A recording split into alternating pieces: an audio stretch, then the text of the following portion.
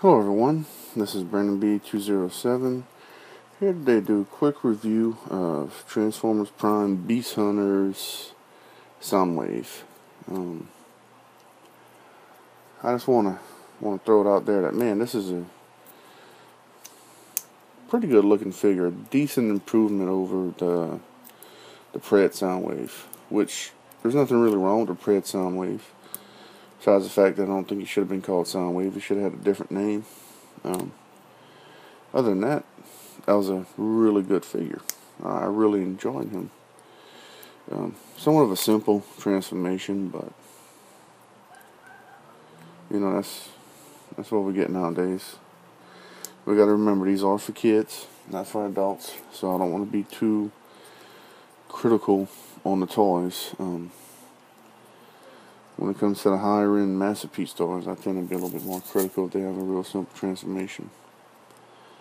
But anyway, like I say, they're neat. He's a really neat little figure here. I gotta say, I'm really excited about the Beast Hunters. Just something about them, man, really got me into the Prime line, because I really wasn't into the Prime line before Beast Hunters came out. But just something so reminiscent of Beast Wars to it, and I really enjoyed Beast Wars because it was such a fresh and different take on Transformers that I really enjoyed it. So I'm kind of really getting into the Beast Hunters a lot. I'm not sure what the whole swirl gimmick that they're using on the paint here is, but he is a good looking toy here. I gotta say, he is a very good looking toy. As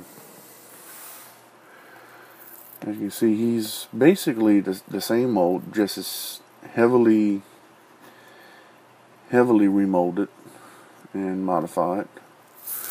Let me put the Pred Soundwave next to him so you can kind of see where they've done some real heavy retooling on the wings, remolding on the wings, the legs, the drone part.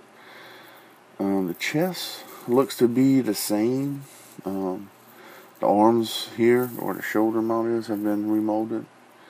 And the rest of the wings, and then the outer body, you can see the real big differences on the back, on the tail, and they added a couple of more fins on the wings. I like the wings here. The wings look really good on this version of them. Let's start off by transforming. I'll take his gun off real quick. Comes with this little rocket launcher there. It's supposed to grab stuff and return it. He transforms the same way as the Pred Bumblebee does. I mean, my bad. Pred Soundwave. I like the little automatic flip out head. Now this head I do like a little bit better. I like the colors better than what I did with the other version. This guy's colors here look more pleasing to me.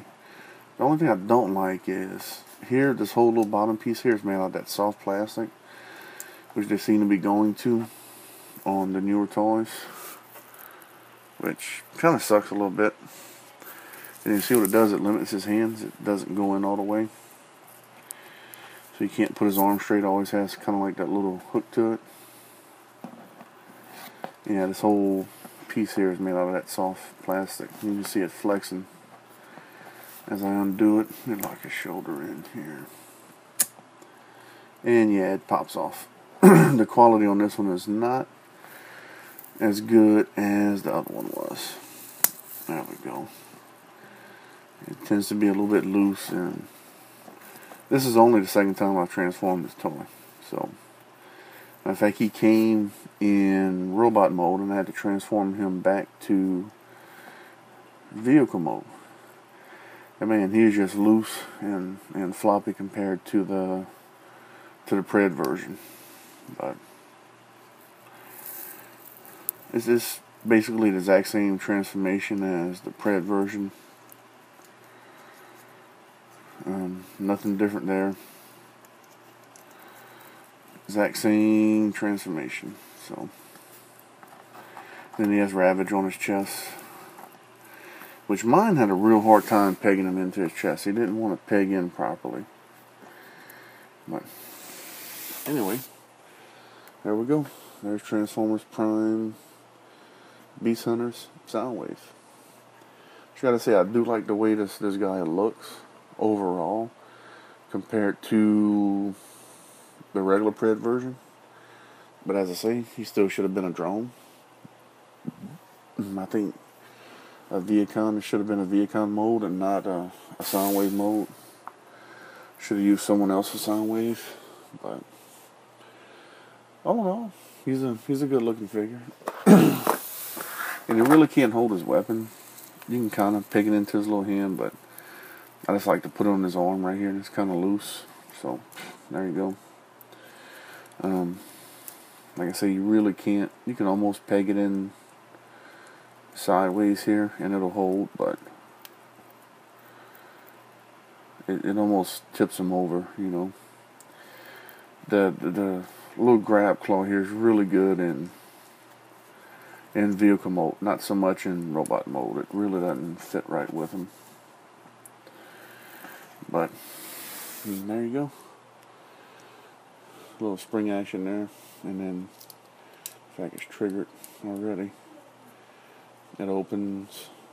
It has this little deal on here.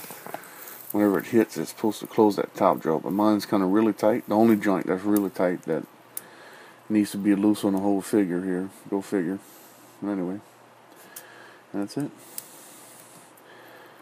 This needs to be just a little bit looser to where it can hit something and actually close. But oh well, it's just neat. It's a neat little gimmick. And like I say, I'm really digging the whole Beast Hunters line. I just think they're different. They're cool. Just making what's kind of a plain Transformers Prime line look really good and interesting again. So hopefully they actually look this way in in a cartoon series coming up here on season 3. And if they don't, they don't. You know what I mean? It is what it is. How many times have we seen toys that don't end up in a cartoon? But that's just there. They're going to redo it, save money, get people to buy the molds again, buy them twice, and go from there. So, but anyway, thanks for your time. Any questions or comments, please feel free to ask. Thanks.